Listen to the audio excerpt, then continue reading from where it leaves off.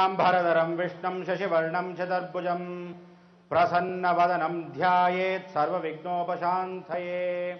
शान्ताकारं भुजगशयनं पद्मनाभं सुरेशं विश्वाकारं गगनसदृशं मेघवर्णं शुभांगं लक्ष्मीकान्तं कमलनयनं योगिहृद्यानगम्यं वन्दे विष्णुं भवभयहरं सर्वलोकैकनाथं। गुरुब्रह्मा गुरुविष्णु गुरुदेवो महेश्वर गुरु साक्षात् परब्रह्म तस्मै श्री गुरुवे नमः। गुरुवे सर्वलोकानां विषजे भवरोगिणां निधये सर्वविद्यानां श्री गुरुदक्षिणामूर्तये नमः। दत्तात्रेय हरे कृष्ण उन्मत्तानंददायक दिगंबर मुनिबाल पिशाच ज्ञानसागर अनंतं वासुकिं शेषं पद्मनाभं च कम्बलं शङ्खपालं दात्राष्ट्रं तक्षकं काळीं तथा एतानि नवनामानि नागनाञ्च महात्मनं सायंकाले त्वडे नित्यं प्रातःकाले विशेषतः निश्चयेद् द्विषभयं तत्सयेत् सर्वत्र विजयी भवेत्। अगजाननं पद्मार्कं गजाननं महर्निशम् अनेकदन्तं भक्तानाम् एकदन्तम् उपास्महे। गजाननं भूतगणाधिपसेवितं कपित्तजम्बूफलसारभक्षितम् उमासुतं शोकविनाशकारणं नमामि विघ्नेश्वर पादपङ्कजं। या देवी सर्वभूतेषु मातृरूपेण संस्थिता नमस्तस्यै नमस्तस्यै नमस्तस्यै नमो नमः। वन्दे शम्भुमापतिं सुरगुरुं वन्दे जगत्कारणं वन्दे पन्नगभूषणं मृगधरं वन्दे पशूनां पतिं वन्दे सूर्यशशाङ्कवन्दिनयनं वन्दे मुकुन्दप्रियं वन्दे भक्तजनाश्रयं च वन्दं वन्दे शिवं शङ्करं।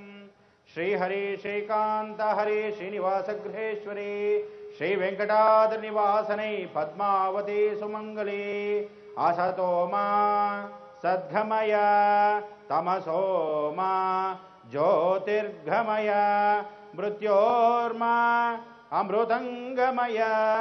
ओम शांति शांति शांति। ಇವತ್ತಿನ ದಿವಸ ಇಲ್ಲಿ ಬಂದಿರತಕ್ಕಂಥ ಮಂಗಳೂರು ಸುತ್ತಮುತ್ತಲ ಇರತಕ್ಕಂಥವರು, ಪುತ್ತೂರು ಸುತ್ತಮುತ್ತಲ ಇರತಕ್ಕಂಥವರು, ಬಂಟ್ವಾಳದಲ್ಲಿ ನಿವಾಸವಾಗಿರ್ತಕ್ಕಂಥವರು ಎಲ್ಲರಿಗೂ ಅಭಿನಂದನಾಪೂರ್ವಕವಾಗಿರ್ತಕ್ಕಂಥ ಸ್ವಾಗತ. ಯಾರು ನಿಜವಾಗ್ಲೂ ಆತ್ಮಾಭಿಮಾನದಿಂದ ಸಾಯಂಕಾಲದಲ್ಲಿ 4 ಗಂಟೆಗೆ ಬಂದಿದ್ದೀರೋ, ನಿಜವಾಗ್ಲೂ ಮನಸ್ಫೂರ್ತಿಯಾಗಿ ಈ ಒಂದು ಕಾರ್ಯಕ್ರಮವನ್ನು ರೂಪುರೇಖೆಗೊಳ್ಳೋಕ್ಕೆ ವಿಶೇಷವಾಗಿ ಬಂದಿದ್ದೀರೋ ಅವರನ್ನೆಲ್ಲ ಕುರಿತು ಕ್ಷಮೆಯನ್ನು ಮೊದಲಾಗಿ ತಡವಾಗಿ ಬಂದಿದ್ದಕ್ಕೆ ಕೇಳ್ಕೊತಾ ಇದ್ದೀನಿ. ಯಾವ ಕಾಲಕ್ಕೂ ಕ್ಷಮೆಯನ್ನು ಕೇಳಿದಾಕ್ಷಣಕ್ಕೆ ನಾವೇನು ಚಿಕ್ಕವರಾಗಲ್ಲ. ಕಾರ್ಯಕ್ರಮ ರೂಪುರೇಖೆಗಳಲ್ಲಿ ಮಾಡಿರ್ತಕ್ಕಂಥವರು ಬಂದು ಆಹ್ವಾನ ಮಾಡಬೇಕು ಕರ್ತ ಸಮಯಕ್ಕೆ. ಆ ಸಮಯಕ್ಕೆ ಬಂದು ಆಹ್ವಾನ ಮಾಡದಿದ್ರೆ ಏನಾಗುತ್ತೆ, ಇಲ್ಲಿರ್ತಕ್ಕಂಥ ಸಮಯ ಎಲ್ಲಿ ಏನು ಎತ್ತ ಅಂತ ನಮಗೂ ಗೊತ್ತಾಗಬೇಕಲ್ಲ. ಆದ್ದರಿಂದ ನಿಮ್ಮೆಲ್ಲರಿಗೂ ಆ ವಿಶೇಷವಾಗಿರ್ತಕ್ಕಂಥ ವಿಶ್ವಾಸಪೂರ್ವಕವಾಗಿರ್ತಕ್ಕಂಥ ಆಹ್ವಾನ ಒಂದು. ಎರಡನೇದಾಗಿ ಇಲ್ಲಿ ಬಂದಿರತಕ್ಕಂಥವ್ರು ಸಾಕಷ್ಟು ಜನ ಅಭಿಮಾನಪೂರ್ವಕವಾಗಿ ಬಂದಿದ್ದೀರಾ. ಎಷ್ಟೋ ಜನ ಅವ್ರು ಹೇಗೆ ಏನು ಮಾತಾಡ್ತಾರೆ ನೋಡೋಣ ಅಂತ ಬಂದಿದ್ದೀರಾ. ಇನ್ನೊಂದಷ್ಟು ಜನ ಟಿ ವಿಲಿ ನಾವು ನೋಡಿದ್ದೀವಿ ಮುಂದೆ ಹೇಗೆ ಕಾಣ್ತಾರೆ ಅಂತ ನೋಡಕ್ಕೆ ಬಂದಿದ್ದೀರಾ. ಇನ್ನೊಂದಷ್ಟು ಜನ ಸಣ್ಣಗಿದ್ರು ಟಿ ವಿಲಿ ಅಥವಾ ದಪ್ಪಗಿದ್ರು ಇಲ್ಲೆಲ್ಲಿ ನೋಡೋಣ ಅಂತ ಬಂದಿದ್ದೀರಾ. ಸಾಕಷ್ಟು ಜನ ಈ ರೀತಿಯಾಗಿ ಮನೋಭಾವನೆ, ಎಲ್ಲ ಮನೋಭಾವನೆ, ಯಾಕೆಂದರೆ 5 ಬೆರಳು ಒಂದು ಸಮ ಇಲ್ಲ. ಒಬ್ಬೊಬ್ಬ ಮನುಷ್ಯನ ಒಂದೊಂದು ಆವೇಶ, ಒಂದೊಂದು ಉದ್ವೇಗ, ಒಂದೊಂದು ಸಮಯ ಹೀಗಿರುತ್ತೆ ಅಂತ ಹೇಳುತ್ತೆ. ಇಲ್ಲಿ ಬಂದಿರತಕ್ಕಂಥದ್ದು ಯಾವುದೇ ಕಾರಣಕ್ಕೂ ನನ್ನ ಪ್ರಚಾರಕ್ಕಾಗಲಿ ವಿಚಾರ ತಿಳಿಸೋಕ್ಕಾಗಲಿ ಬಂದಿಲ್ಲ. ಆದರೆ ಒಂದು ಬಹಳ ಬೇಜಾರು ಅಂದರೆ, ನೀವು ಧರ್ಮೋ ರಕ್ಷತಿ ರಕ್ಷಿತ ಅಂತ ಪ್ರತಿಯೊಬ್ಬನು ಹಿಂದೂ ಸಂಘಟನೆ ಅಂತೀರ. ನಿಮಗೇನು ಅಧಿಕಾರ ಇದೆ ಹಿಂದೂ ಸಂಘಟನೆ ಅಂತ ಮಾಡೋಕ್ಕೆ? ಯಾವ ಕಾಲಕ್ಕಾದರೂ ಒಂದು ಹಿಂದೂ ಧರ್ಮ ಅಂದರೆ ಸನಾತನ ಧರ್ಮ. ಎಲ್ಲ ಧರ್ಮವನ್ನು ಗೌರವಿಸಿ ಭಾರತ ದೇಶದಲ್ಲಿರ್ತಕ್ಕಂಥ ಅಧಿಕಾರವನ್ನು ಭೂಮಂಡಲದಲ್ಲಿ ಎಲ್ಲ ಜಾತಿ ಮತ ಭೇದಗಳಿಲ್ಲದೆ ನಿಸ್ವಾರ್ಥ ಸೇವೆಯಾಗಿ ಇಟ್ಟಿರ್ತಕ್ಕಂಥದ್ದು ಪರಮಾತ್ಮ. ಅವನ್ ಬಿಟ್ಟರೆ ನೀವೆಲ್ಲ ಕಸದ ಧೂಳು ಸಮಾನ. ಆ ಭಗವಂತನ ಕಾಲ್ ಧೂಳು ಸಮನಾಗಿರ್ತಕ್ಕಂಥ ನೀವುಗಳು ಬರೀ ಹಿಂದೂ ಧರ್ಮ ಅಂತ ಹೇಳಿದವರು ಅಂಥ ಒಂದು ಉದ್ವೇಗ ಇದ್ದಿದ್ದ ಪಕ್ಷದಲ್ಲಿ ಹೆಚ್ಚಿನ ಸಂಖ್ಯೆಯಲ್ಲಿ ಒಂದು ಆಧ್ಯಾತ್ಮಿಕ ಕಾರ್ಯಕ್ರಮ ಅಲ್ಲ ಇದು. ಇದೊಂದು ಗಂಭೀರವಾದ ವಿಚಾರ. ಈ ಒಂದು ವಿಚಾರಕ್ಕೆ ಎಷ್ಟೇ ಒಂದು ವಿಚಾರವಾಗಿ ಪ್ರಚಾರವಾಗಿರಲಿ, ಈ ಪ್ರಚಾರದಲ್ಲಿ ಲೋಪದೋಷವಾಗಿರಲಿ, ಇನ್ನೊಂದಷ್ಟು ಪ್ರಚಾರಕ್ಕೆ ಮಾಡತಕ್ಕಂಥ ಅಡಚಣೆಗಳಾಗಿರಲಿ, ಯಾವುದೋ ರಾಜಕೀಯ ಕುತಂತ್ರದಿಂದ ಹೆಚ್ಚಿನ ಪ್ರಚಾರ ಮಾಡದೇ ಇರಕ್ಕೆ ತಡೆಗಳನ್ನು ಮಾಡಿರೋರಾಗ್ಲಿ, ನಿಜವಾಗ್ಲೂ ಇದೆಲ್ಲ ಲೋಕಜ್ಞಾನಕ್ಕೋಸ್ಕರ ಅಲ್ಲ, ಲೋಕ ವಿನಾಶಕ್ಕೆ ಹತ್ತಿರ ಬಂದಿರತಕ್ಕಂಥ ಸಮಯಕ್ಕೆ.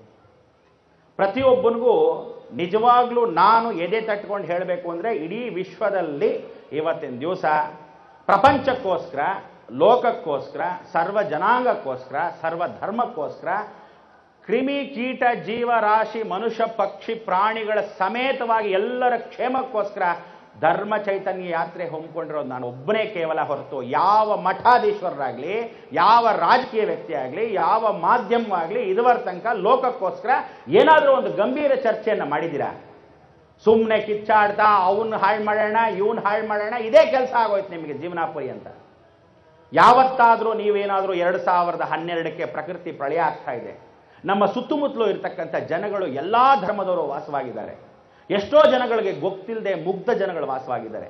ಇವರೆಲ್ಲ ನಾಳೆ ನಶಿಸಿ ಹೋಗ್ತಾರೆ, ಈ ಪ್ರಪಂಚ ಹಾಳಾಗಿ ಹೋಗ್ತಾ ಇದೆ ಅಂತ ಯಾರಿಗಾದ್ರೂ ಒಂದು ಚೂರಾದ್ರೂ ಗಂಭೀರ ಆಲೋಚನೆ ಯಾವನಿಗಾದ್ರೂ ಇದೆಯಾ?